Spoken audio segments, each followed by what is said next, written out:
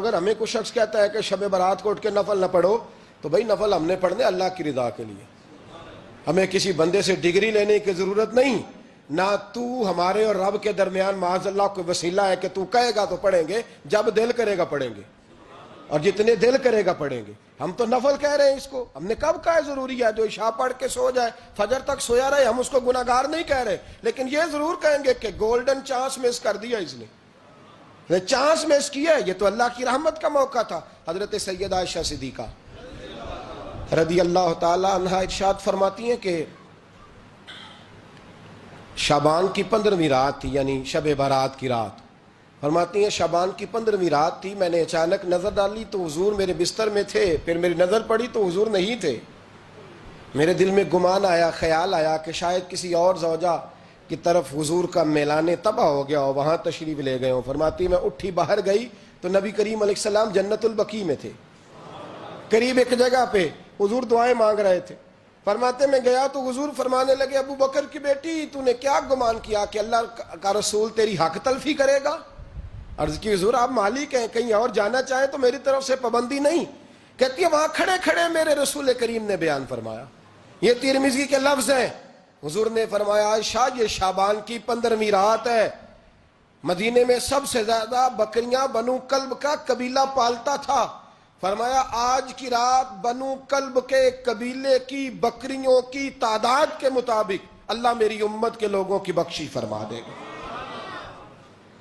یہ وہ رات ہے۔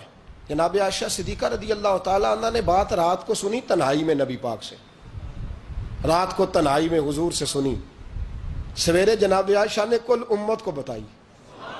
اگر یہ بات اہمیت والی نہ ہوتی تو بی بی صاحبہ آگے روایت کرتی، یہ کتابوں میں آتی، یہ لوگوں کو بتاتی۔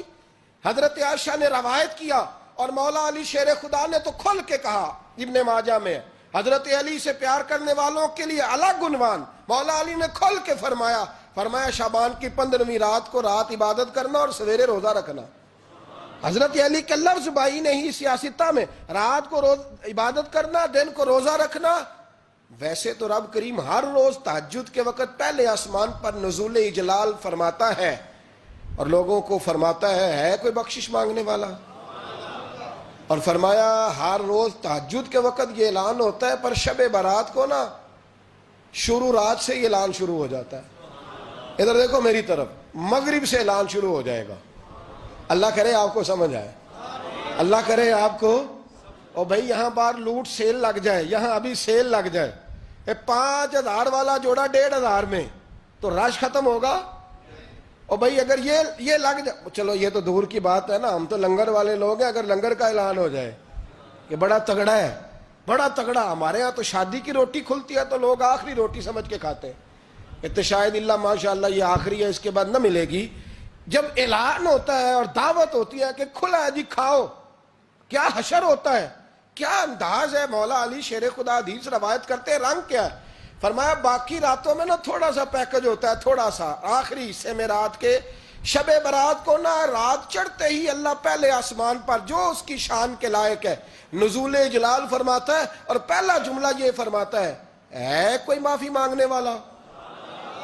اللہ کرے آپ کو سمجھ آئے، یعنی معافی دینے والا کہہ رہا ہے چلو آؤ ادھر آؤ، ذرا معافی مانگو، میں معاف کرنے آیا ہوں، مانگو معافی، ہے کوئی معافی مانگنے والا؟ معاف کر دیں گے۔ اور آپ فرماتے ہیں ہے کوئی رزق مانگنے والا؟ وہ جو بڑی درخواستیں دیتے پھرتے ہیں نا مختلف اداروں میں، وہ ایک درخواست نا کل شب برات والی رات بھی دیں۔ اللہ کرے آپ کو سمجھ آئے۔ وہ جو کہتے ہیں نا بڑی بڑی کمپنیوں میں نے اپلیکیشن جمع کرائی ہے تو کہیں کام نہیں بن رہا تو نسخہ دے رہا ہوں، ایک ایپلیکیشن کل رات بھی جمع کراؤ انشاءاللہ کام بن جائے گا۔ اور میں نہیں کہہ رہا، مولا علی شیر خدا فرما رہے ہیں، اور وہ خود نہیں فرما رہے، وہ نبی پاک کا فرمان نقل کر رہے ہیں، اور وہ رسول اللہ صلی اللہ علیہ وسلم کی بات نہیں بیان کر رہے، وہ کہتے ہیں رب فرماتا ہے کوئی روزی مانگنے والا؟ سارے سیٹھوں نوابوں جاگیرداروں کے پاس جا جا کے تھک گئے ہو، ایک دن میرے کہنے پر، ایک رات، ایک دیہڑی ذرا شب برات والی لگا کے تو دیکھو، پر شرط یہ ہے کہ یقین کامل ہو، ارادہ یہ، مطلب اللہ معاف کرے، آپ نے ناراض نہیں ہونا، لیکن وہ ماحول اس طرح کا ہے کہ شب برات کو ایک دو ساتھی کو کہا رات کو عبادت کر کہتے جی وہ تو ٹھیک ہے پر سویرے چھٹی نہیں، کام کرنا ہے. یعنی رب کہہ رہا ہے کہ تو آ جا شب برات کی رات، جو مانگے گا وہ تجھے. لیکن یہ ادھر نہیں توجہ کر رہا، یہ کہتا ہے سویرے 10 بجے دکان نہ کھلی تو مشکل ہو جائے گی، دفتر نہ گیا تو حالات.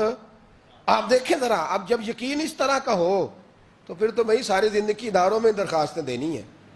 پھر آپ جیسا آپ کا مزاج ہوگا، اللہ تعالیٰ تو بندے کے گمان کے قریب ہے. تو میرے رسول پاک علیہ السلام نے ہمیں یہ میسج دیا، پیغام دیا، فرمایا اس رات جو اولاد مانگے گا رب اسے بھی عطا فرمائے گا. اس رات جو اللہ سے بخشش مانگے گا اللہ اسے بھی دے گا. اس رات جو رب کریم سے عزت مانگے گا اللہ اسے بھی عطا کرے گا. شارحین نے لکھا اس رات جو رب سے پردہ پوشی مانگے گا اللہ اسے پردہ پوشی بھی عطا کرے گا. جو جنت کا سوالی ہوگا رب اپنے فضل سے عطا فرمائے گا. کوشش فرمائے. 10 محرم کو ہمارے ہاں لوگ جاتے ہیں قبرستان، وہ کسی حدیث سے ثابت نہیں، میں منع نہیں کر رہا، جائیں 9 محرم کو جائیں، 10 کو جائیں، 11 کو جائیں، 8 کو جائیں، سفر میں جائیں، ربیع الاول میں جائیں، قبرستان میں جب بھی جائیں منع نہیں ہے. لیکن شب برات والی رات تو خود رسول کریم گئے ہیں نا قبرستان.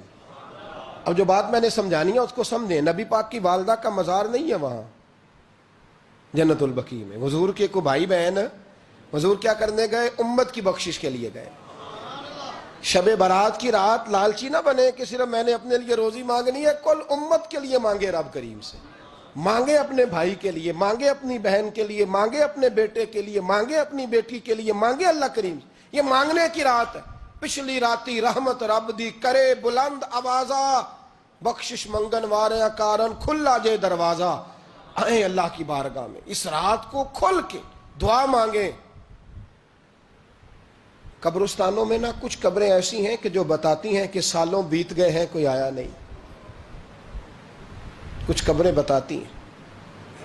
اور کچھ بڑے قبرستان بڑے شہروں میں ایسے بھی ہیں کہ جن کا گورکن کہتا ہے کہ مجھے کمیٹی نے کہہ دیا ہے جہاں 4-5 سال کوئی نہ آئے وہاں نئی قبر بنا دیا کرو. وہاں نئی قبر بن جاتی ہے معاذ اللہ. او بھائی کچھ ہیں ایسے، کچھ ہیں. یہ جائیں نا اکبر بادشاہ یہاں لیٹا ہے لاہور میں، تو شعر لکھا ہوا ہے بر مزارے ماں غریباں نے گلے پروانہ سوزز نے صدائے بلبلے. فارسی کا مقولہ لکھا ہے اس کی قبر پہ، کہتا ہے میں وہ غریب ہوں. اعلیٰ بادشاہ ہے مقبرے میں لیٹا ہے، کہتا ہے میں وہ غریب ہوں کہ نہ یہاں کوئی پروانہ آتا ہے نہ بلبل آ کے گیت گاتی. کوئی آتا ہی نہیں، کوئی فاتحہ نہیں پڑھتا، کوئی فاتحہ نہیں پڑھتا. او بھائی کئی قبریں ایسی ہیں جن پہ سالوں بیت گئے کوئی لوٹا نہیں. اور مشکات میں حدیث ہے میرے نبی کریم علیہ السلام نے فرمایا جو قبر میں ہوتا ہے وہ تو اس آدمی کی طرح ہے جو دریا میں ڈوب رہا ہے اور وہ انتظار کر رہا ہے کہ میرا بیٹا میرے لیے دعا مانگے، میری بیٹی دعا مانگے. پر بیٹے کو تو 27 سال ہو گئے، ملک سے باہر ہے. کاغذ بنے گے تو ابے کی قبر پہ آئے گا نا، اس کے تو کاغذات ہی نہیں مکمل ہو رہے. وہ بیٹے کو تو مشکل ہے بڑی، وہ تو کاغذات نہیں بن رہے.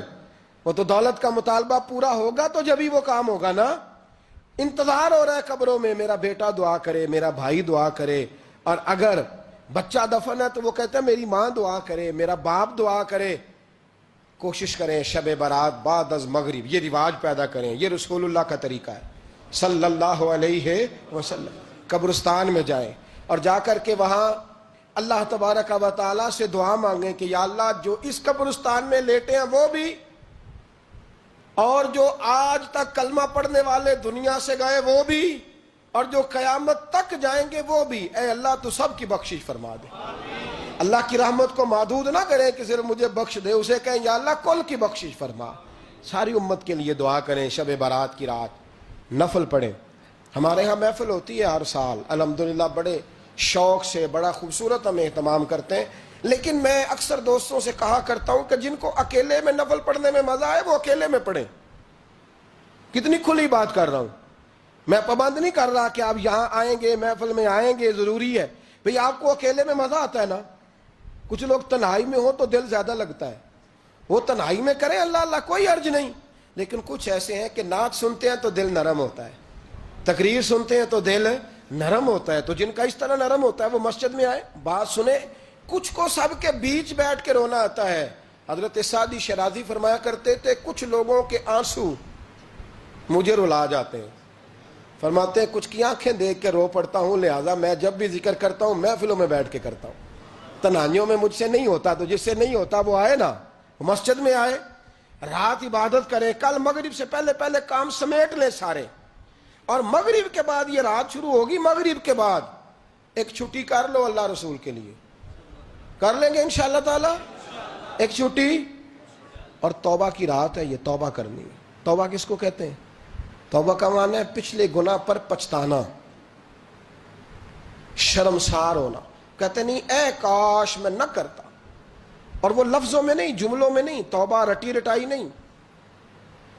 شرمسار ہونا اور آئندہ گناہ نہ کرنے کا پکا ارادہ کرنا, اس کا نام توبہ ہے. دیکھیں اللہ تعالیٰ فضل کرے, میں نے پچھلے سال کہا تھا پھر کہتا ہوں, مسجدوں سے نا شب برات کی رات, شب قدر کی رات چیخوں کی آوازیں آتی ہیں, لوگ اتنا روتے ہیں نا. رونا چاہیے, کم روتے ہیں, زیادہ رونا چاہیے. لیکن سوال یہ ہے کہ اتنا زیادہ لوگ شب برات کی رات روتے ہیں, کیا پھر سویرے بددیانتی ختم ہو جاتی ہے؟ جو رات مسجد میں کھل کے رو کے آیا ہے اس کا پروگرام ہے نا کہ اب ملاوٹ کبھی نہیں کرے گا, اب گاہکوں سے جھوٹ کبھی نہیں بولے گا, اب وہ بددیانتی کا معاملہ کبھی نہیں کرے گا. لیکن رات روتا بھی رہے اور سویرے پروگرام یہ ہو کہ میں نے پھر لوگوں کو فریب دینا ہے, داؤ لگانا ہے, تو اس نے توبہ کیا رات کے, یہاں بس یہ ایکٹنگ کر کے لوٹ آیا ہے. یعنی بڑی سجا بنا کر کے, سوار کر کے رات توبہ کی. کیا مطلب ہے توبہ کا؟ کہ توبہ آپ نے کی. حضرت حسن بصری سے کسی نے کہا توبہ کیا ہے؟ فرمانے لگے توبہ یہ ہے کہ جس گلی سے رب نے تجھے منع کیا ہے دوبارہ پھر تو اس گلی میں نظر نہ آئے, تو نظر ہی نہ آئے. اور جس جگہ جانے کا رب نے تجھے حکم دیا ہے پھر تو دوبارہ وہاں سے غیر حاضر نہ ہو. اگر یہ پروگرام ہی نہیں, ارادہ ہی نہیں. بچے ایک دو مجھے کہنے لگے کل حضرت صاحب توبہ کے موضوع پر ہم نے گفتگو کرنی ہے, تو کوئی باب بتائے کہاں پہ ہے. کچھ بچے شاگرد ہیں, کچھ مسجدوں میں جمعہ پڑھاتے ہیں. ایک نے مجھ سے کہا, تو میں نے کہا بیٹے پہلے مسجد میں جاؤ, 2 نفل پڑھو, توبہ کرو, توبہ کا ارادہ بناؤ. یہ رسم نہیں ہے. وہ نعت خواں بھی تو توبہ کر لینا جو شب برات کے دن لوگوں کو توبہ کرانے آیا ہے اور 25,000 کا سودا کر کے آیا ہے. تو آج اس کام سے تو توبہ کرنا, یہ نوٹ پھکوانے سے تو توبہ کرنا.